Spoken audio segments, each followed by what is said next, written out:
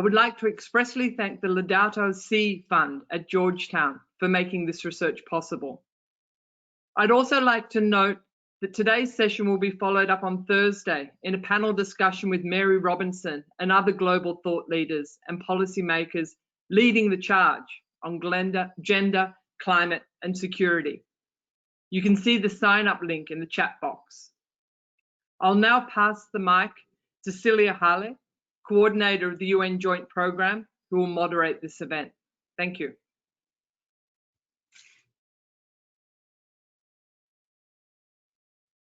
Thank you very much, Jeni, for those warm words of welcome. We're delighted, of course, to be co-hosting this event with the Georgetown Institute for Women, Peace and Security, and very grateful for the strong collaboration that we've enjoyed on this topic.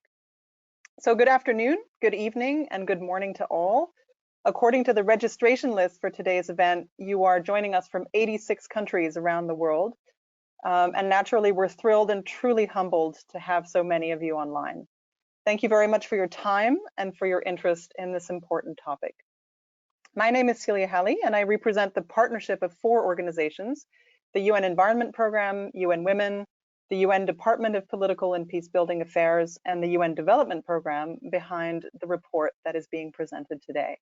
These 4 organizations came together in 2016 to establish the Joint Programme on Women, Natural Resources, Climate and Peace, with core support from the government of Finland, as well as from Norway and Germany. So before I go any further, let me highlight a couple of logistical points.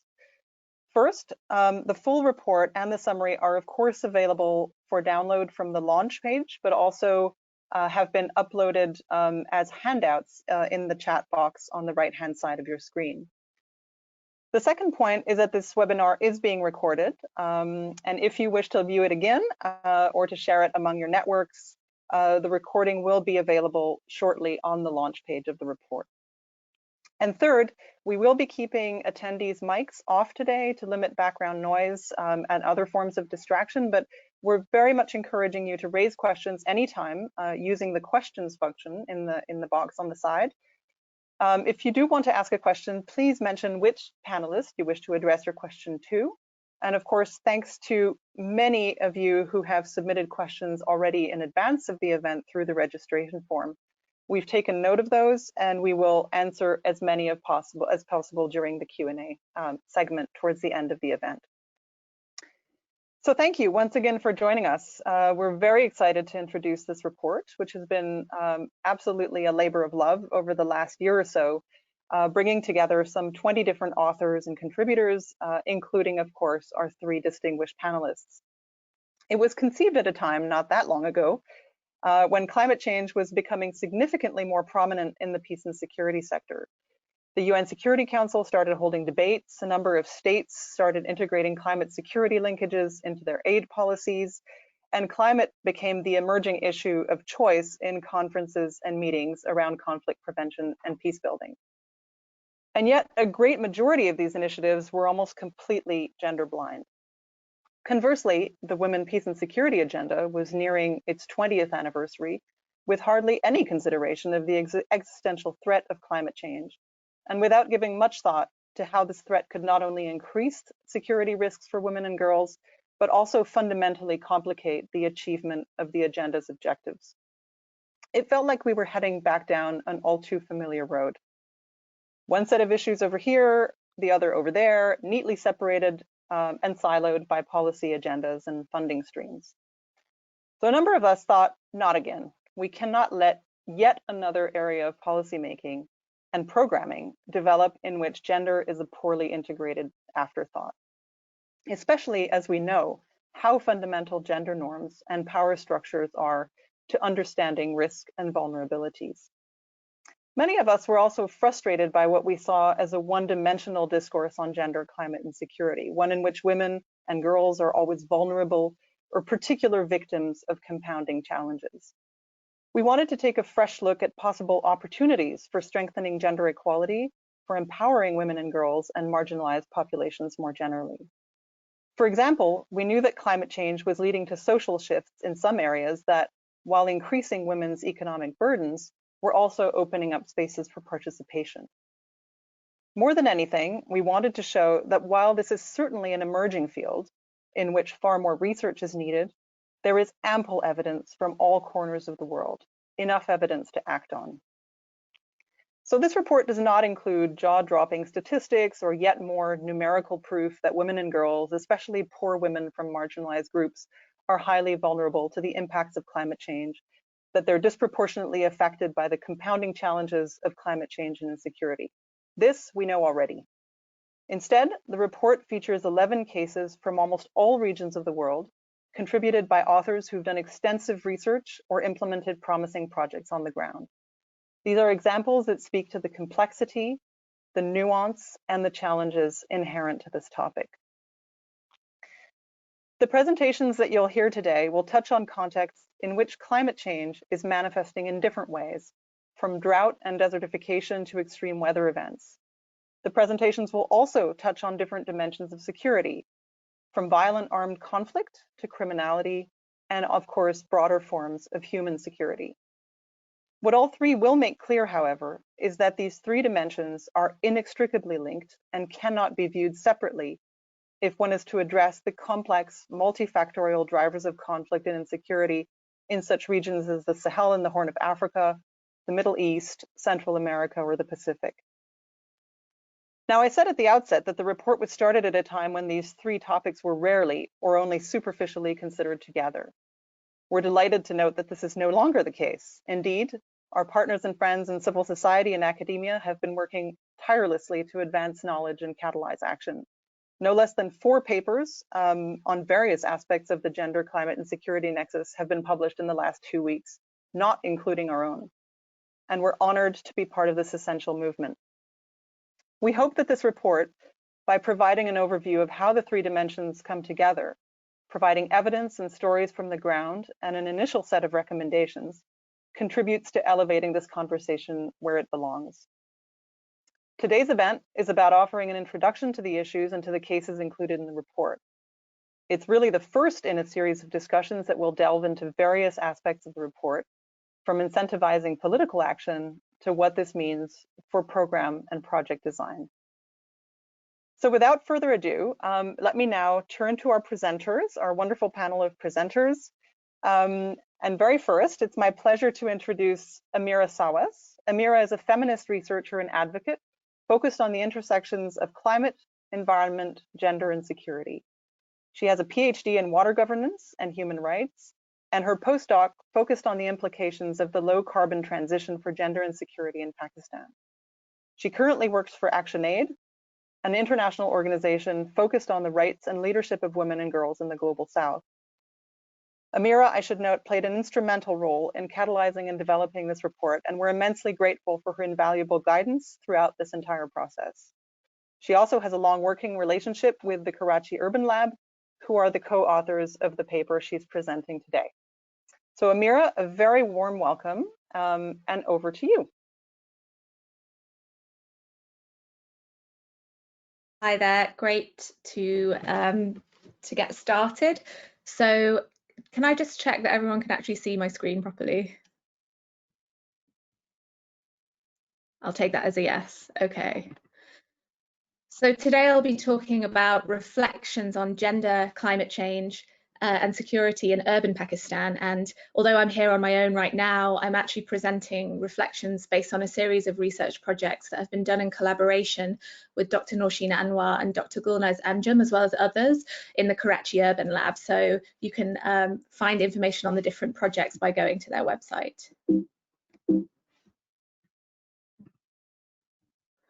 Just trying to click. Oh, there we go.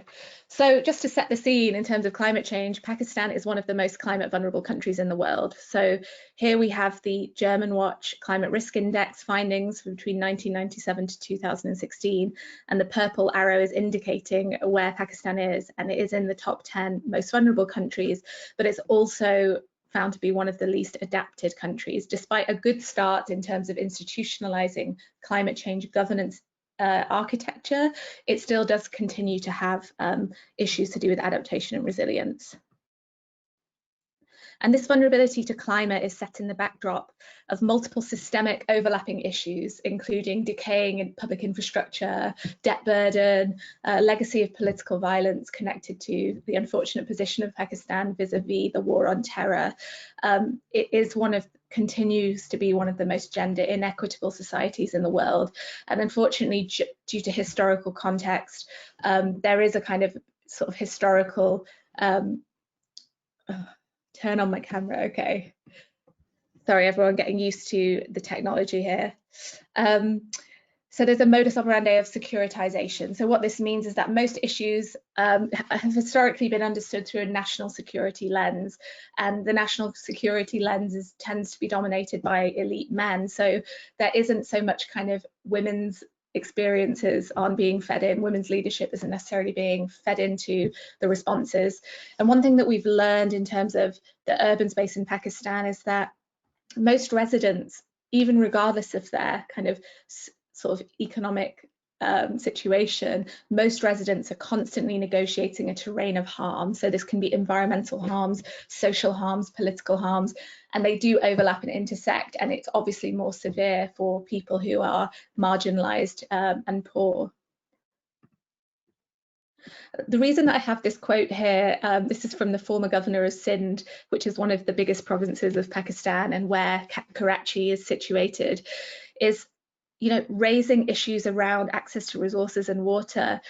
As I was saying earlier, you know, the kind of predominant focus of the government historically has been around the crisis related to terrorism and sort of the geopolitics of security. So this is the governor saying that terrorism is a way bigger issue than the water crisis.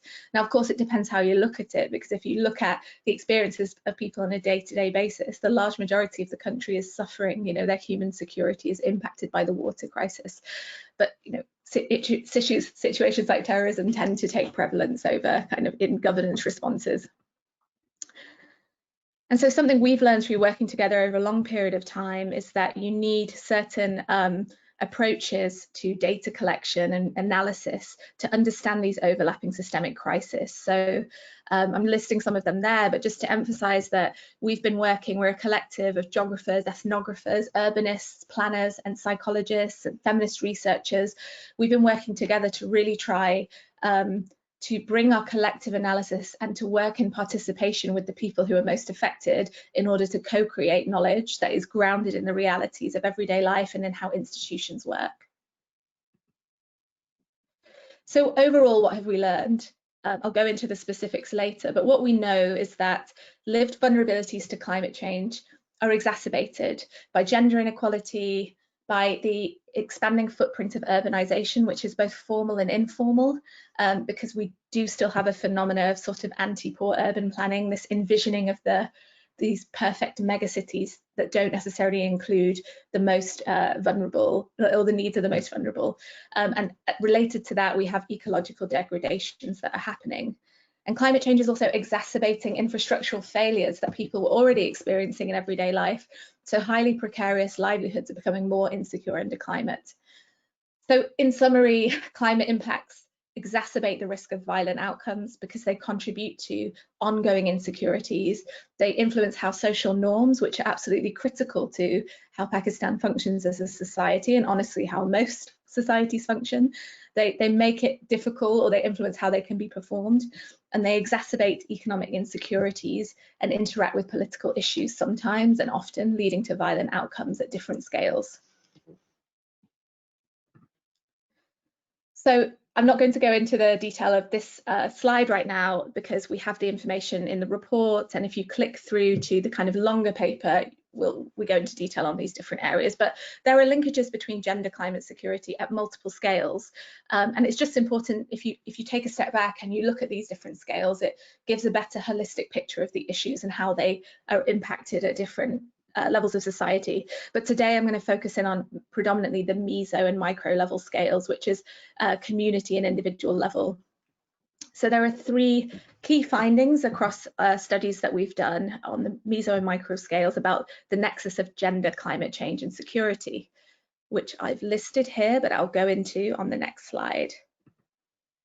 So the first one, something that we learned over time, was that climate stressors can actually increase or exacerbate the ongoing structural violence that women face, and some of the structural violences that marginalised men face as well. So what I've got here is 2 quotes from a 3-year study we did with 2,500 residents in 11 neighbourhoods of urban Pakistan. So these are 2 people from the same neighbourhood around the same age. One is male and one is female. And the male is talking about the psychological violence that they experience as a result of drought and as a result of kind of livelihood insecurity in drought. And he's saying, you know, a man comes home from work after a long day of hardship and finds no water in the house. Isn't this psychological violence? And he's speaking to the woman's role, what the woman is expected to be able to do, because in traditional rural areas or historically, women have been the managers of water, but this becomes more complicated in the urban space, especially in overpopulated cities. With kind of, you know, in Karachi, I believe it's over 60% of people actually living in informal settlements, which kind of complicates the picture further. And what the woman is saying is that basically we can't manage it at home and we can't go out because of social norms around, you know, women's purity and their mobilities. We can't go out and fix the problem. So it exacerbates the kind of psychological distress that they feel as well. And this has an impact on how relationships work within the house.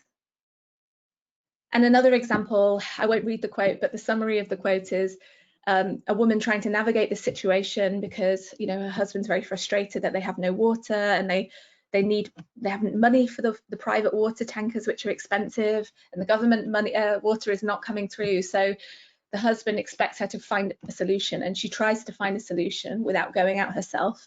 It doesn't work out, and as a result of that, she experiences domestic violence from her husband. And she says, like, I don't have other mechanisms, so I can only borrow a tiny quantity of water from my parents' household. If I take extra, my father will break my leg. So there are just multiple layers of kind of psychological fear and violence, and the structural inequalities that women are facing are being exacerbated in times of drought. The second area of learnings we found was around disasters and domestic violence. So it is connected to the previous point, but it's the more kind of, you know, endemic physical manifestation. So here I have a picture from September 2014 in Rawalpindi, which is a city in the north of the country, which doesn't experience heat waves in the same way that Karachi does, but it does experience monsoon flooding on an annual basis. And this is a picture from September 2015. So as you can see, same issue is happening. Now, what we've found is that houses become submerged with water during this time. Most of the people there, you know, across the country, you tend to have a trend where it is mostly men that work because there are social norms around women, it being not acceptable for women to work or that affecting their reputation. And most of the men in these neighbourhoods are informal workers, so they're daily wage workers. And during times of flooding, they want to stay home to protect their things and to prevent looting from happening. But so many stresses emerge because they can't be the breadwinner in that time. So household food insecurity elevates, they become frustrated, and this can spill over into domestic violence as well. And the next point is around, or the next kind of learning is again about frustrated masculinities, but another way in which they manifest. So they can manifest into becoming involved in non-state armed groups. There's already a political economy of violence in some of the cities of Pakistan, and this is around kind of territorial and political control.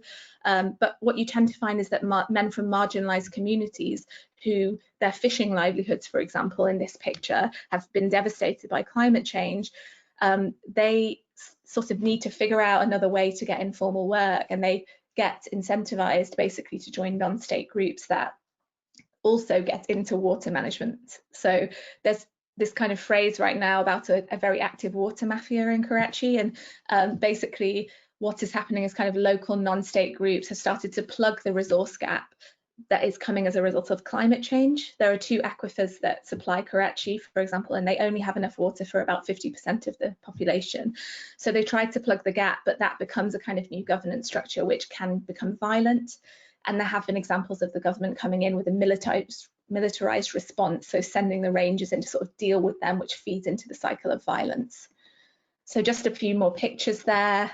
This is one of our participatory researchers who went and filmed them illegally extracting the water. So they're sort of capitalizing on the climate crisis to make money and to have territorial control. This is another one of our participatory researchers who found this. And so there are a lot of frustrations around this. So I'm just coming towards the end of my presentation now, but we asked one of the men involved in these violent informal networks to talk to us about, who's the victim in this entire scenario. And he's basically saying here that everyone's the victim and that we need to live up to becoming a Don. We have to, our interactions have to be with violence or with weapons in order for us to survive. So there's a lot around the kind of masculinities there, like needing to live up to a kind of strong image in order to protect yourself and your family from harm and to access resources. So just the final slide here is around policy recommendations, and of course we go into them in detail in the longer paper, but ultimately there is an urban, the urban planning problem is the biggest challenge that Pakistan faces around developing sustainable and safe cities, and there is really a lack of progress on that front. There is a need for multidisciplinary approaches to understanding urban planning and also bringing in women's leadership, which is chronically excluded in the country.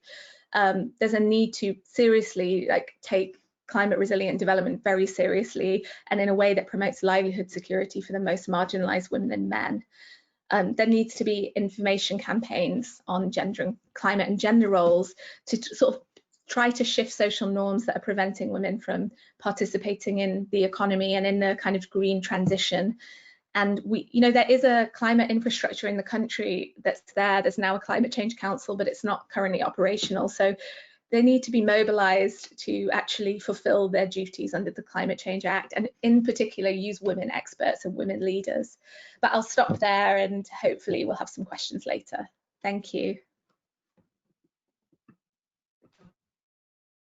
Thank you so much, Amiera, for this really compelling presentation and for highlighting how gender norms are shaping security risks in urban Pakistan or in urban areas in Pakistan that are experiencing intense climate shocks. So indeed, we'll have time for questions later on, but thanks again for this great presentation. Now, let me introduce Chitra Nagarajan. Chitra focuses on civilian protection, climate security, conflict analysis and sensitivity, gender and social inclusion, peace building, and human rights, particularly those of women and girls. She's worked across West Africa for over a decade, and she led and coordinated all the interviews in Cameroon, Chad, Niger, and Nigeria for Adelphi's paper on addressing climate and fragility risks in the Lake Chad region, which was the first ever climate security assessment of a specific region. And in addition to this assessment, she'll be talking about findings from her research on farmer pastoralist dynamics in northern Nigeria. So welcome, Chitra, and the floor is yours. Thank you very much. And thank you for inviting me to speak here today about my work in northern Nigeria. I'm really thrilled at both the launch of this report and to see so much interest on the intersections of gender, climate and security. As Silja mentioned earlier, that was definitely not the case a few years ago. So in the past 15 years, northern Nigeria has experienced significant levels of conflict. At the same time, changing climate has largely affected agrarian populations as temperatures increase and rainfall becomes more unpredictable. These dynamics combine to have different impacts on people of different genders and contribute to changing gender roles, with norms of masculinity and femininity driving violence. Last year, I spent a number of weeks in Nigeria's Middle Belt talking with pastoralists and farmers across 15 different locations for a research study for Mercy Corps. This area has seen high levels of intercommunal violence, frequently spoken of as caused by farmer-pastoralist conflict. It's important to note here that there is also significant conflict between different groups of farmers, and also that when we talk about pastoralists and farmers, in reality, people of all ethnicities engage in both occupations, and these categories can be fluid. In many areas, we see farmers who also rear cattle and pastoralists increasingly shifting to sedentary lifestyles and engaging in farming. Now, northern Nigeria has a history of largely positive interactions between farmers and pastoralists, but levels of violence linked to demographic change, allocation of grazing land to farmers, and increasing identity-based politics have risen and spread. These dynamics occur against a backdrop of changing climate. Rainfall unpredictability in particular affects farming, pasture and water sources, and makes livelihoods more precarious. And this reduced ability to absorb shocks such as crop destruction or cattle death has increased the stakes in confrontations. This violence has also been a factor in the shift from pastoralist families migrating together to only young men moving with cattle as the rest of their families settle in one location. Masculinities and the desire to protect family wealth tied up in cattle, the intense stresses these young men are under, and lack of family support intensify conflict dynamics. These young men, separated from their families, must band together to help one another. And the young men I spoke with told me about how much they miss their parents, wives, and children, and how difficult it was for them to maintain family relations with them, particularly given the distance and as the grazing routes that they need to pass through to go to their families have often been encroached upon by farmers planting crops. As a result, they need to leave cattle in the safekeeping of someone that they trust, which is not easy given high levels of insecurity and the precarious nature of livelihoods. And not surprisingly, they subsequently visit their family less often and for shorter periods of time. In the rest of the time, the tasks that used to be undertaken by the entire family, and by this I mean younger men grazing and milking cattle, older men meeting and socializing with people in sedentary communities through which they passed, maintaining good relations and taking charge of buying and selling cattle, and women of all ages being responsible for packing and setting up camp, taking on the bulk of household and caring responsibilities, making milk products and selling these together with unprocessed milk to earn daily incomes for the family, as well as being responsible for buying food and other goods. All of these tasks that used to be shared have now become concentrated on these young men. And they form groups to help one another out as a result, taking turns to cook and watch over cattle while others buy food. And life is really hard for them, particularly given increasing insecurity, climate change, and farmer encroachment on grazing land. They are burdened with the responsibility of their family's cattle wealth. They told me about how high their stress levels are and how they find it difficult to control their temper and the situation when things go wrong, particularly when they find grazing land full of crops and when their own cattle or that of others is killed. Moreover, the ways that sedentary communities through which they passed see these young men is very different from how they saw the pastoralists of earlier times, who were more likely to travel as a family consisting of people of different ages and genders. In Nigeria, there's significant stereotyping and stigmatizing of young men as potential sources of violence, and this increases the suspicion that young pastoralist men face. And as a result of all of these factors, conflict is now more likely to take place and more likely to manifest in violence. And this violence has gendered dimensions, with the crisis points often being conflict between young male pastoralists and women farmers. And conflict sites include farmlands, which women farmers say pastoralists are more likely to encroach on if a woman rather than a man is present, and water points where women go to fetch water at the same time that cattle is watered by pastoralists. And every single woman farmer that I spoke with told me about this, which shows the importance of not only talking with women during your research, but also asking them proper questions, such as if there's any difference in the ways pastoralists see them compared to their menfolk. And this differential treatment and the fact that conflict often starts between young male pastoralists and women farmers and then spreads to men in the farming communities is a dynamic that is almost completely missed out in most conflict research in this area, where indeed the popular narrative is of conflict being between men of both groups. Another important factor is rape and the threat of it being perpetrated by both farmer and pastoralist men. And attacks against women, including sexual violence, heightens conflict as norms of protective masculinity mean men feel desire to retaliate if their women have been attacked. At the same time, in some cases, pastoralist men have been chased away by women farmers on farmlands and at water points. And the resulting sense of injury to their masculinity can make them more likely to want revenge, to show that they cannot be beaten by quote unquote mere women.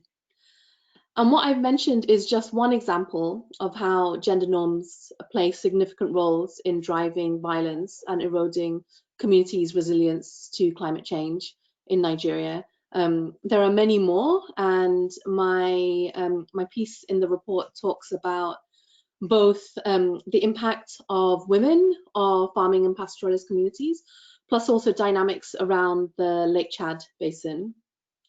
And it's very clear to say that across northern Nigeria, this combination of climate change and insecurity is changing gender norms. It has differential impacts based on age, gender, disability, ethnic and religious backgrounds, and other identity markers. And I would really urge us that as we're integrating gender, climate, and security together more, that we also do so in intersectional ways. Thank you.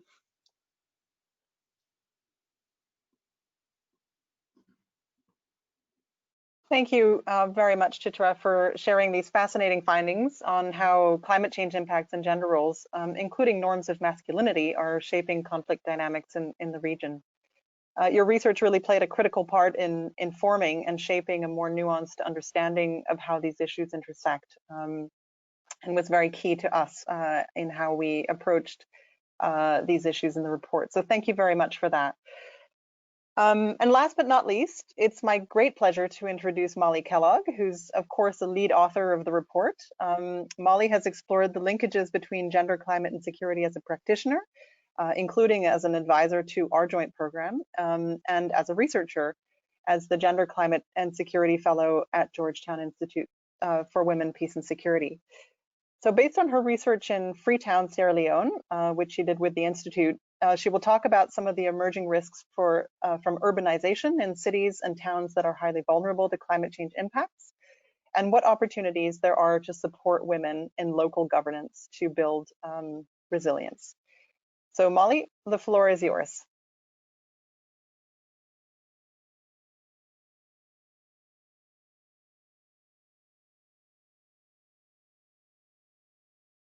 Yeah, thanks so much, Silja.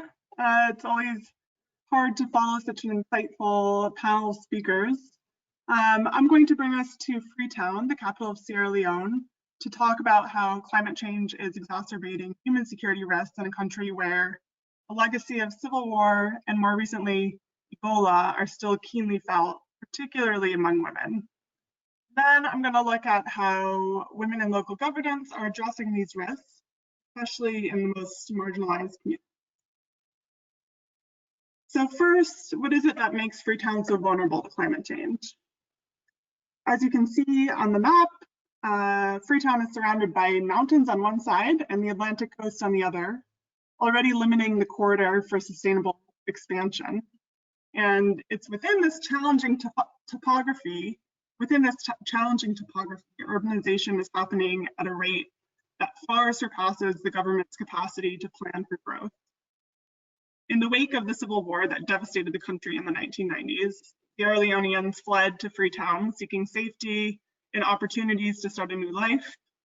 The city continues to grow at an unprecedented rate today, with very little urban planning or affordable housing.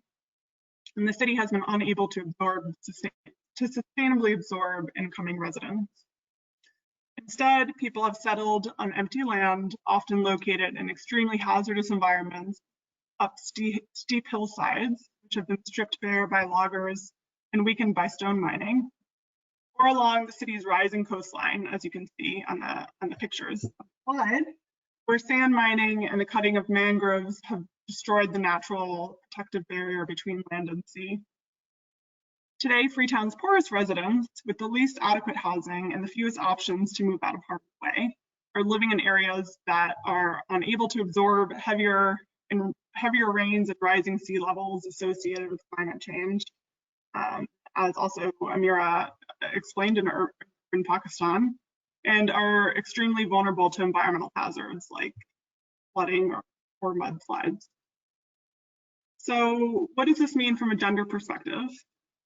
When I asked Freetonians to consider the impact of climate change from a gender lens, almost all participants noted that the already marginalized status of women and girls make them disproportionately vulnerable to climate change impacts. And this narrative is reflected in the Women, Peace and Security Index, as you can see on the screen, which shows that even in the absence of organized crime or armed violence, women in Sierra Leone continue to face threats to their security and well-being, such as through extremely low levels of education or financial exclusion and the high prevalence of sexual violence throughout the country. Just last year, in fact, the president declared rape a national emergency, revealing the pervasiveness of violence against women throughout the country. These risks both decrease women's capacities to respond to climate-related disasters and can be exacerbated by climate change.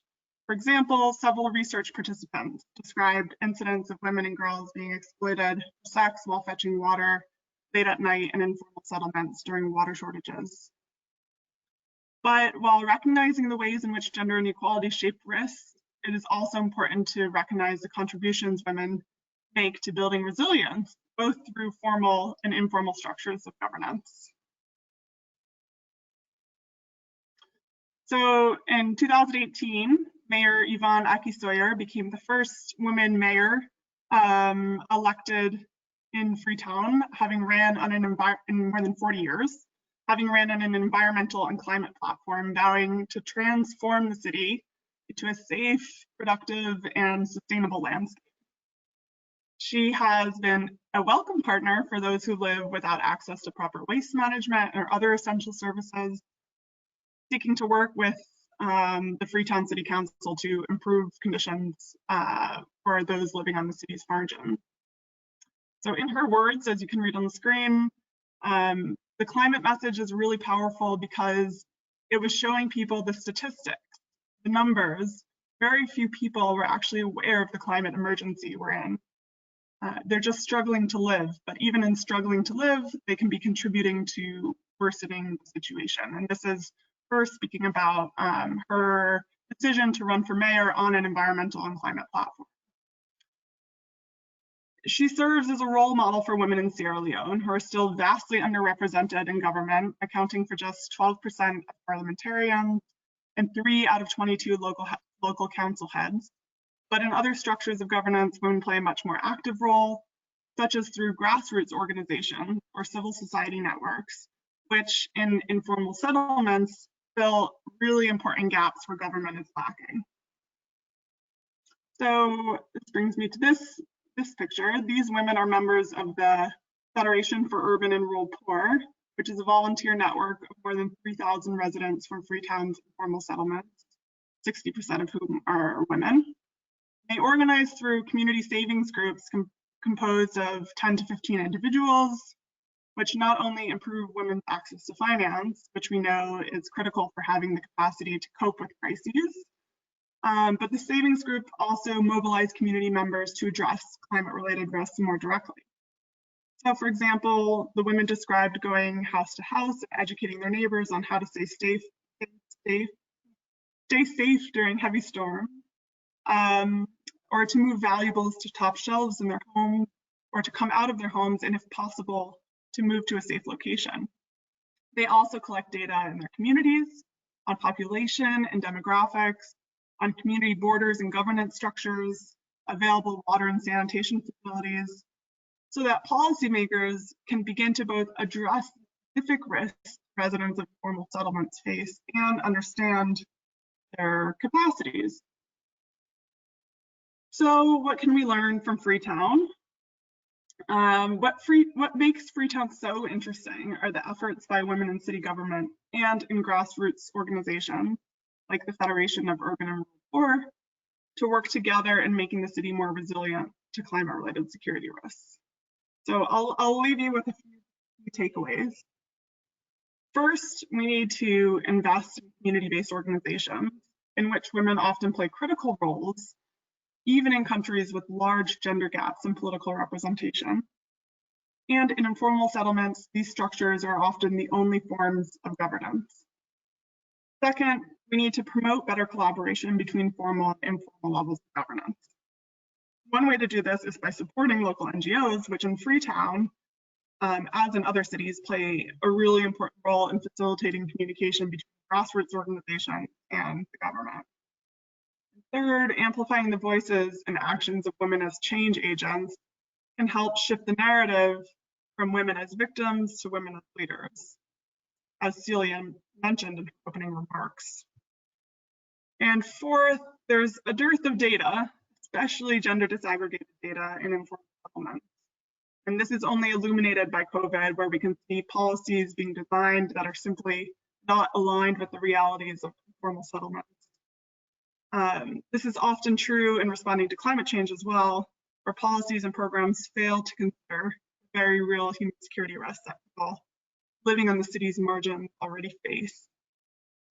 So this is, of course, just a snippet of the research, and the rest is available in the full report. But thanks very much, everyone, for listening, and back to you, Silja.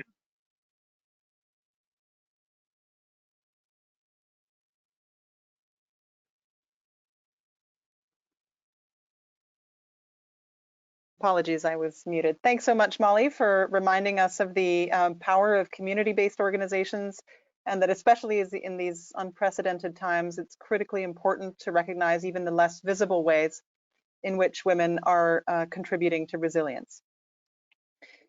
So the presentations we've just heard are only 3 of 11 cases featured in the report. They speak or relate to 3 vastly different contexts, but also have a lot of commonalities. And together with the 8 other cases included in the report, they point to a number of important trends. In particular, the cases show that the impacts of climate change are exacerbating every dimension of insecurity around the globe. And gender norms and power dynamics fundamentally shape how individuals experience and respond to climate-related security risks. But of course, gender is not a factor in isolation.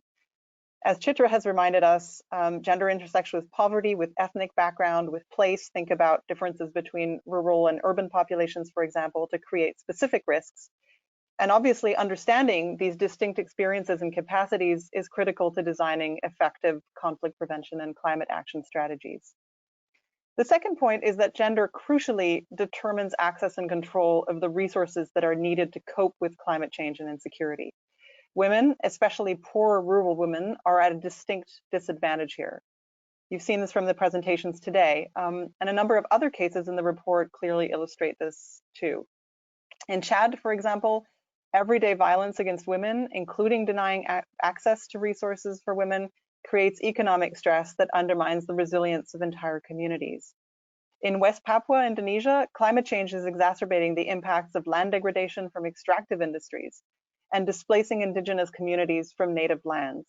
This leaves indigenous women particularly vulnerable to economic precarity and further marginalization.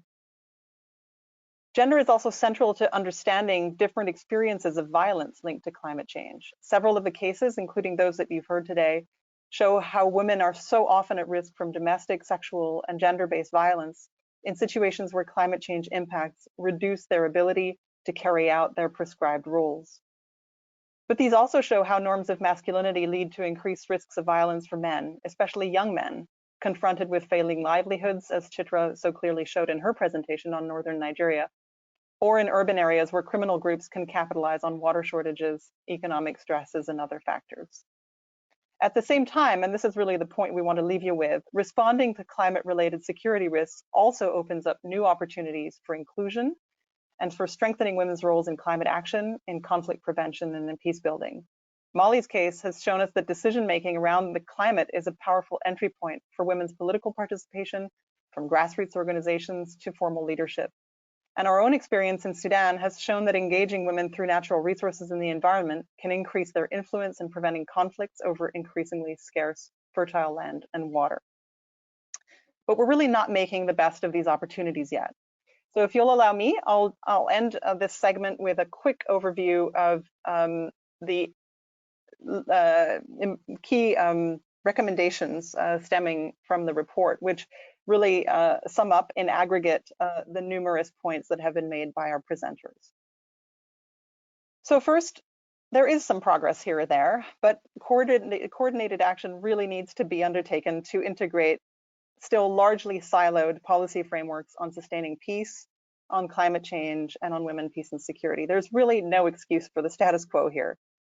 Crucially, steps need to be taken immediately to ensure that emerging policies to address climate-related security risks at the global level, but also at the national and the subnational levels, are underpinned by robust analyses that systematically include gender dimensions. Second, we need to significantly scale up integrated programming on these issues. The report does discuss a number of successful interventions that have sought to empower women and marginalized groups to address climate-related security risks. And these show that integrated programs can achieve promising results for gender equality, climate action, and peace-building goals. So we really need to scale those up through cross-sectoral partnerships.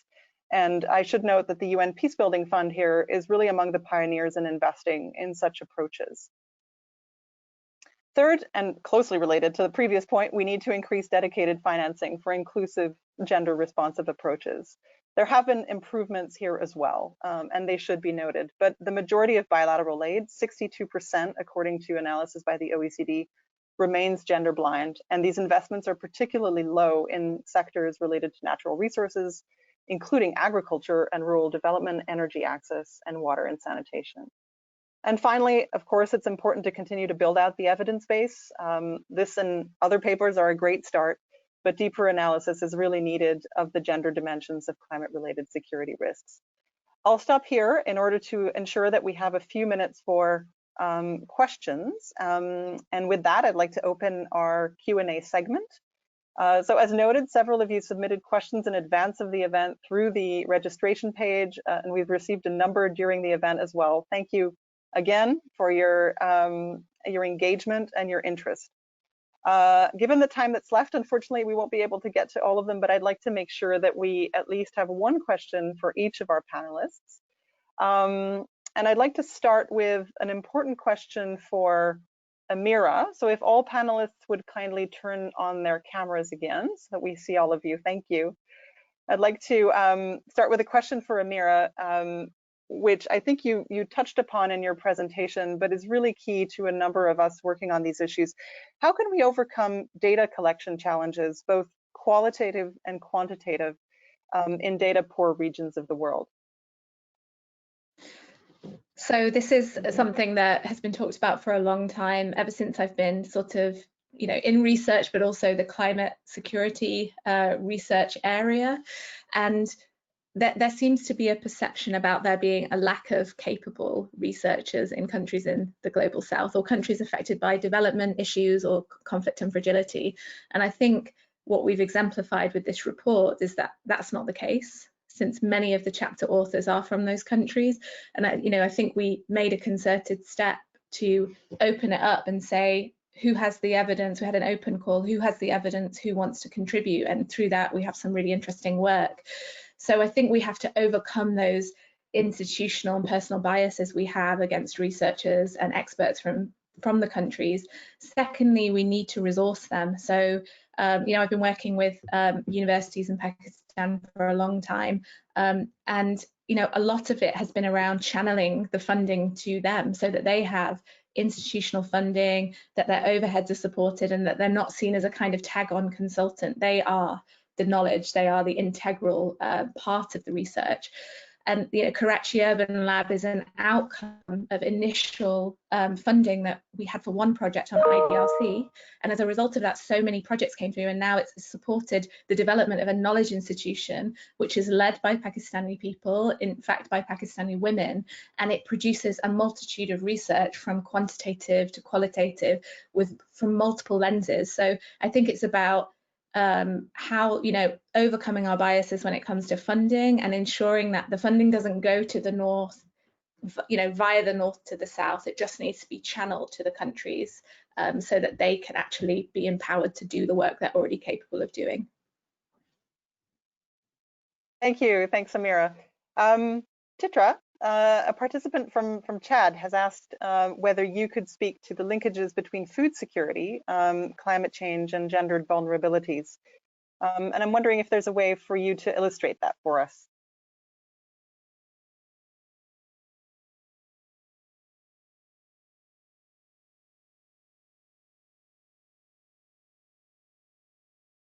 Chitra, you're on mute. Thank you.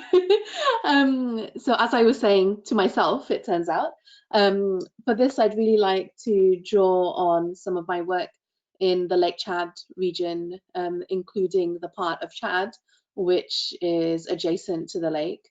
And here we've seen very high levels of food insecurity caused by both climate change and the conflict linked to armed opposition groups in the area, which has caused very high levels of displacement, which has eroded the resilience that populations were showing in the face of climate change. The adaptation mechanisms that they had been pursuing are no longer possible because of the impacts of conflict. And all of this has very real consequences on people's lives in a way that's highly gendered. So a lot of men have lost their livelihoods and are no longer able to fulfill their traditional breadwinner roles. And so even more responsibilities are being placed on women and girls. And it's not that they were not contributing incomes to families before, but they're having to take on even more of the burden now. And especially during this time of COVID-19, these dynamics have increased even further. So in the last few weeks, I've been talking to people in Northeast Nigeria who've been telling me about how women, due to disrupted humanitarian assistance and issues with accessing water, are now having to spend hours queuing for food, queuing for water, having to find even more ways to earn livelihoods, having additional households and caring responsibilities, and really struggling, and as a result engaging in negative coping mechanisms, including exchanging sex for food, shelter, protection and other necessities, and cutting down on their eating. So eating last and least, skipping meals, eating just one meal a day. And I think here we can really see the interaction of food security, climate change and conflict. And a final point that I want to make here is that while humanitarian agencies provide food distribution, and in some cases even distribution of cook stoves, by and large, they do not provide the firewood needed to cook the food, which then leads women and men, but mostly women, to walk for hours in search of firewood, increasingly large distances, putting them at risk of rape, abduction, being killed, in addition to being very strenuous on their bodies. And this not only is human rights and protection risk, but also obviously contributes to levels of deforestation. And people that I spoke with in the region were aware of these risks. They were concerned about degradation in soil quality, increasing heat, the impact on local rainfall, but they saw no other solution. Thank you for that. That was really, really interesting way to weave in some very recent issues and indeed the context of the global pandemic that is sweeping across the world. And Molly, in that context, some participants have asked about the role of partnerships between organizations and across sectors, which I think you touched upon in your presentation, and indeed all of you have. But the role of partnerships in ensuring cohesive and collective responses to gender and climate change. What are your thoughts on that? Yeah, thanks, Silja. No, I think it's a really good question, and one that many of us are thinking about as we grapple with the current situation, current pandemic, as crisis is sort of layered on top of crises, especially in areas that are affected by climate change and other forms of fragility. And I have to recall in my conversation with Mayor Aki Sawyer in Freetown, I asked her, why is it so important to you as mayor to partner with grassroots organizations and local community-based organizations in addressing these risks? And I think she made a really good point reflecting on her own experiences in the Ebola response, that it is impossible to change, to catalyze behavior change and to really have impact at a community level if policies are not community driven, community led. And I think the same is true, can be said the other way when speaking with community-based organizations like the ones that I spoke in Freetown, that it's also impossible to kind of reach their goals without strong partnership with government who provide essential services like waste management and access to affordable housing, etc. So it really, for me, kind of drives home the point that partnerships they're not only across institutions like that, like are not only the right thing to do, but they're critical for effective policies addressing some of the climate-related security risks that we've discussed today.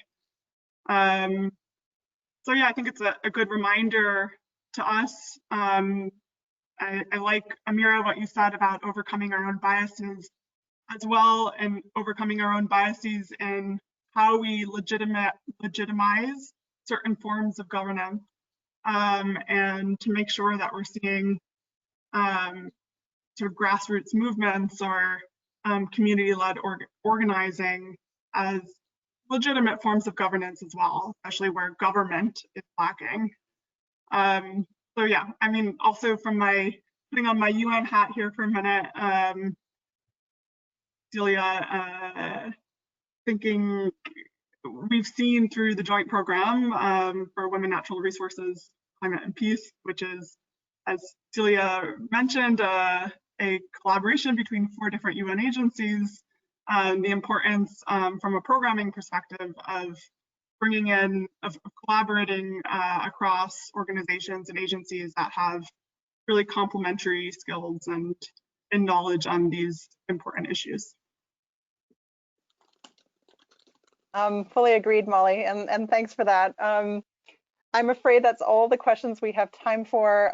Thank you very much to all of our panelists for sharing these additional insights, and to all the participants who submitted great questions. We're really sorry we weren't able to get to more of those today in our short time.